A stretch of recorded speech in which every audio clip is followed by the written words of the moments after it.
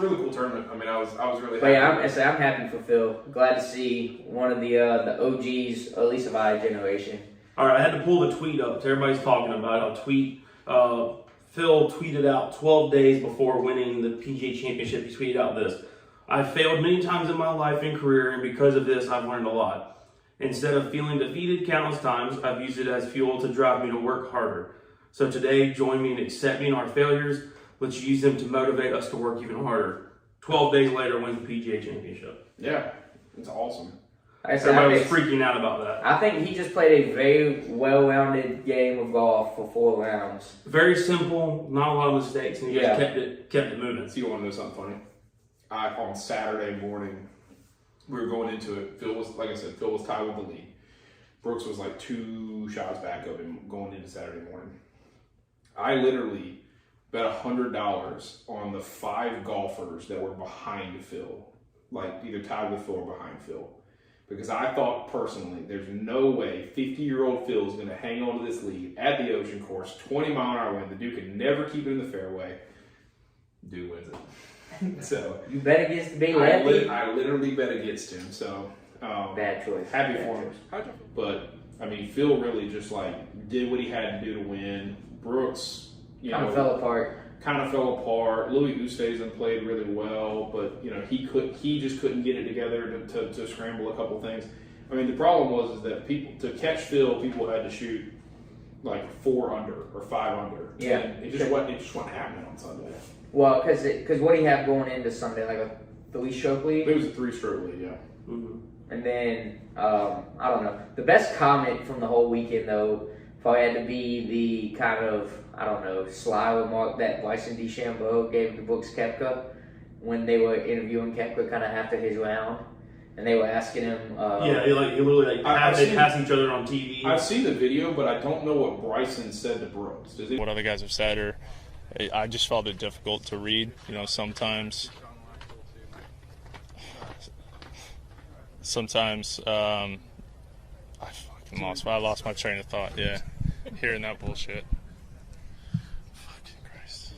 Does anybody know what he said? So essentially, what it was like. So they were talking about how Brooks just wasn't quite making putts, and DeChambeau kind of walked by and said, "Yeah, you just got to hit it on the right line or somewhere along those lines."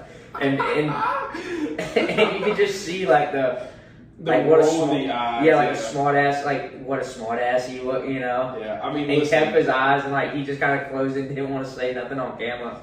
But that's pretty great. I've seen the eye roll, I've seen the memes and stuff like that. I just didn't know what Bryson. I didn't know that Bryson said something to Brooks. Yeah, well, it wasn't. It was like I said, it was kind of like in passing as DeChambeau was walking by Brooks Koepka on being interviewed as if DeChambeau was walking back to the clubhouse or walking to the tent or something like that.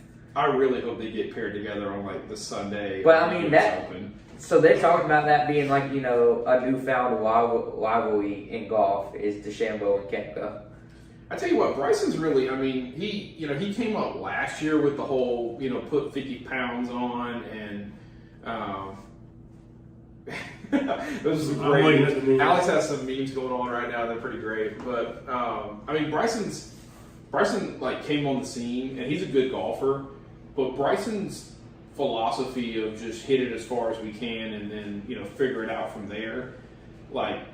It's not going to work in majors. It's not going to work at Augusta. It certainly didn't work at the Ocean Course. I mean, but I think statistically, if you can hit it 370, you're improving your chances of certainly, but being closer to the hole and shooting a better score. As amateur golfers, I mean, we all know this.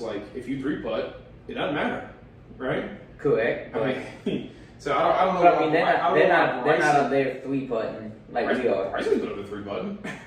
Bryson's not a great. It's the same thing that DJ went through 5 years ago, where DJ was still smoking balls everywhere, but he was 3-putting everything, and that's why he wasn't that. That was before he, of course, got to be number 1 in the world and winning at Augusta and everything. But I mean, Bryson's not an excellent putter, so he can make all the chirpy marks he wants at Brooks Koepka. He ain't a top 50 putter on tour.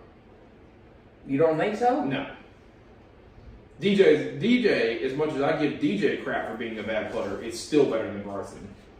Now Bryson's gonna beat everybody to the green. Don't get me wrong.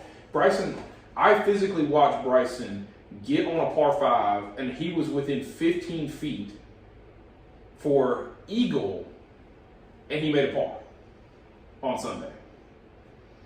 Yeah. Now, granted, he left his birdie putt this close to the freaking hole, and he just walked up there and tapped it in. But still, I mean, I don't know. That was my rant about Bryson. Sorry. That he's not. I like him, and I want him to be on the Ryder Cup team and everything. But like, let's not act like you've won a major. Like, let's not act like you've been a top 5 golfer in the world for the last 2 years or anything like that. So. I don't know, but yeah, I could. That might just be a up and coming rivalry. It is like just looking there on stuff. I was just rolling through the memes. Whatever, talking about. Apparently, this beef between them two has been brewing and is continuing to grow. Okay. And apparently, a lot of people are like all for it because they want to see. You want to see some sort of rivalry like that in golf. I guess like you had Phil and Tiger, like those were. Yeah, but they weren't ever like beefing or chirping. It was just the fact that they were literally just constantly competing to win.